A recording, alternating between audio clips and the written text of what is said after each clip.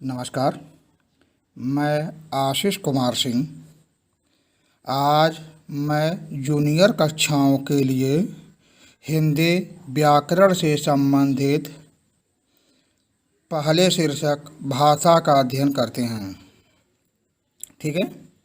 भाषा को अंग्रेजी भाषा में लैंग्वेज कहते हैं। यह संस्कृत शब्द के भाष धातु से बना है, जिसका अर्थ है वाणी को व्यक्त करना। अर्थात भाषा के द्वारा मनुष्य के भावों, विचारों एवं भावनाओं को व्यक्त किया जाता है। डॉक्टर कामता प्रसाद गुरु ने भाषा को परिभाषित करते हुए लिखा है कि भाषा वह साधन है जिसके द्वारा मनुष्य अपने विचार दूसरों पर भली भांति प्रकट कर सकता है और दूसरों के विचार स्वयं स्पष्ट रूप से समझ सकता है। ओके, अब आते हैं भाषा के रूप पर। भाषा के 3 रूप हैं।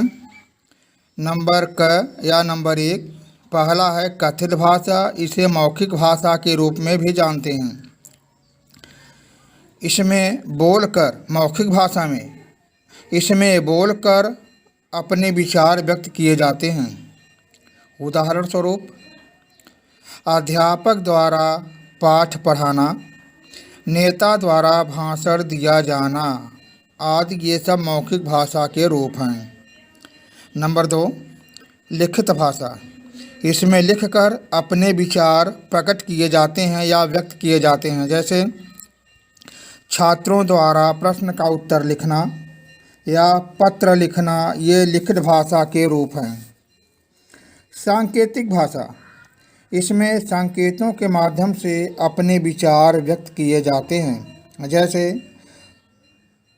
चौराहे पर खड़ा ट्रैफिक पुलिस संकेतों द्वारा अपने बात स्पष्ट रूप से समझाता है। ठीक है।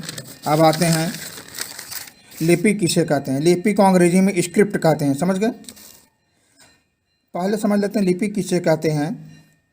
मौखिक ध्वनियों को लिखकर प्रकट करने के लिए निश्चित किए गए ध्वनि चिन्हों को लिखने की रीति को लिपि कहते हैं। ध्वनि चिन्हों के लिखने की जो रीति है, जो विधि है, जो नियम है, उन्हीं को लिपि कहा जाता है। दूसरे शब्दों में भाषा के लिखित रूप को लिपि कहते हैं। भाषा को लिखने की प्रक्रिया, लिखने की रूप को, लिखने की विधि को लिपि कहते हैं। कुछ प्रमुख भाषाएं और उनकी लिपि हैं। जैसे हिंदी देवनागरी लिपि, संस्कृत देवनागरी लिपि, मराठी देवनागरी लिपि। देवनागरी लिपि की उत्पत्ति सबसे प्राचीन ब्राह्मी लिपि से हुआ है। ठीक है।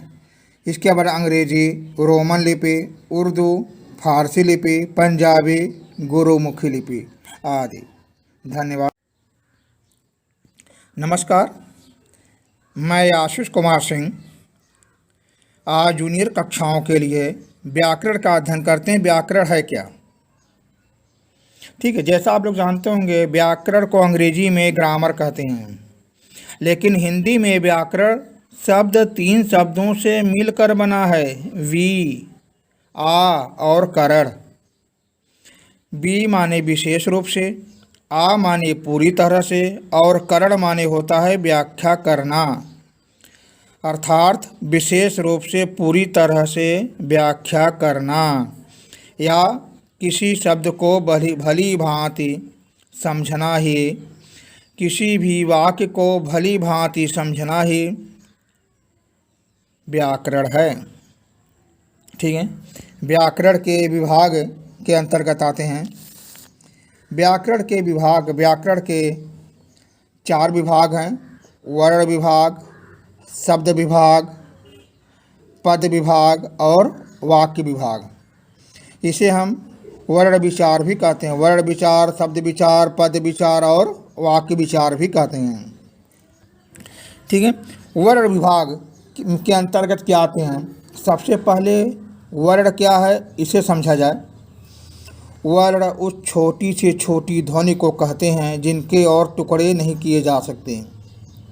वर्ण उस छोटी सी छोटी ध्वनि को कहते हैं जिनके हम खंड नहीं कर सकते।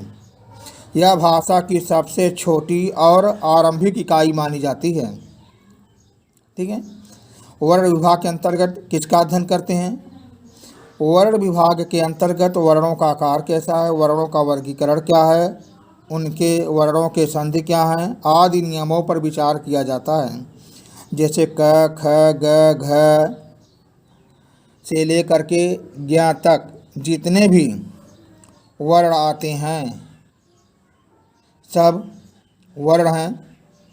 ठीक है। शब्द विभाग वर्णों के सार्थक समूह को शब्द कहते हैं। सार्थक क्या है? सार्थक दो शब्दों से मिलकर बना है। स धन अर्थक। स का अर्थ होता है साथ या समूह, अर्थक अर्थ अर्थात जिसका कोई अर्थ का समूह हो, जिस शब्द का कोई अर्थ निकले। अर्थात वर्णों के सार्थक समूह को शब्द कहते हैं। शब्द विभाग के अंतर्गत शब्दों के भेद, शब्दों की उत्पत्ति आदि से संबंधित नियमों पर विचार किया जाता है। उदाहरण स्वरूप कमल को वर्ण विच्छेद करते हैं। कमल को कई वर्णों में विभाजित करते हैं। जैसे कमल क के नीचे हलंत है, धन अ, धन म, धन अ, धन ल, धन अ को मिलाकर कमल बनता है। अब पूछते हैं कमल में क में आ क्यों लगा है, म के बाद आ क्यों जोड़ा गया है, ल के बाद आ क्यों जोड़ा गया है। हम किसी भी व्यंजन का उच्चारण करते हैं तो उसके साथ कोई न कोई स्वर मिला होता है, क्योंकि व्यंजन का उच्चारण कभी स्वतंत्र रूप से नहीं होता। ठीक है। पुरोहित में देखिए प धन उ धन र धन ओ धन ह धन ई धन त धन अ, इस सब मिलाकर बनता है पुरोहित। इन्हीं वर्णों के समूह को, इन वर्णों को अगर एक में मिला दिया जाए, ठीक है, शब्द बनते हैं। पहले वर्ण को मिलाने पर कमल बनता है, दूसरे वर्णों को, दूसरे जो वर्ण समूह है उनको मिलाने पर पुरोहित बनता है। समझ गए? पहले जो वर्ण समूह हैं उनको मिलाने पर कमल बनता है और दूसरा जो वर्ण समूह है उनको मिलाने पर पुरोहित बनता है। अब अपने पद विभाग का अध्ययन करते हैं। प्रचलित भाषा में शब्द को ही पद कहते हैं। प्रचलित भाषा में, ध्यान से सुनिएगा, प्रचलित भाषा में शब्द को ही पद कहते हैं, परंतु दोनों में सूक्ष्म अंतर है शब्द और पद में। जब कोई शब्द व्याकरण के नियमों में बंधकर वाक्य में प्रयुक्त होता है वह पद कहलाता है। व्याकरण के नियमों में बंधकर वाक्य में प्रयुक्त होता है। जैसे मोहन गीत गाता है, मोहन के बाद गीत है फिर गाता है। ठीक है। ये पद विभाग, जबकि मोहन गीत और गाता ये शब्द हैं, लेकिन इसको व्याकरण नियमों में बांधा गया है। यदि हम कहते मोहन गाता है गीत, ये पद नहीं होता, क्योंकि यह व्याकरण के दृष्टि से अशुद्ध है, और जो व्याकरण के दृष्टि से अशुद्ध होता है वह पद नहीं कहलाता। ठीक है। पहले ही बताया गया है जो व्याकरण के नियमों में बंधा हो शब्द वही पद कहलाता है। यही शब्द और पद में अंतर है। इसके अंतर्गत संज्ञा, पद विभाग के अंतर्गत संज्ञा, सर्वनाम, विशेषण आदि पदों के स्वरूप, उनके प्रयोग पर विचार किया जाता है। वाक्य विचार या वाक्य विभाग किसे कहते हैं? पूर्ण विचार को व्यक्त करने वाले सार्थक समूह को वाक्य कहते हैं। उदाहरण, सीता पत्र लिखती है। इस वाक्य में सीता पत्र लिखती है अलग अलग शब्द हैं, परंतु इनके एक साथ प्रयोग से एक अर्थ ध्वनित हो रहा है, एक अर्थ प्रकट हो रहा है। ठीक है। इसलिए यह वाक्य होते हैं जिसका कोई न कोई अर्थ प्रकट हो। जिन शब्दों के समूह का कोई न कोई अर्थ प्रकट हो वह वाक्य कहलाता है।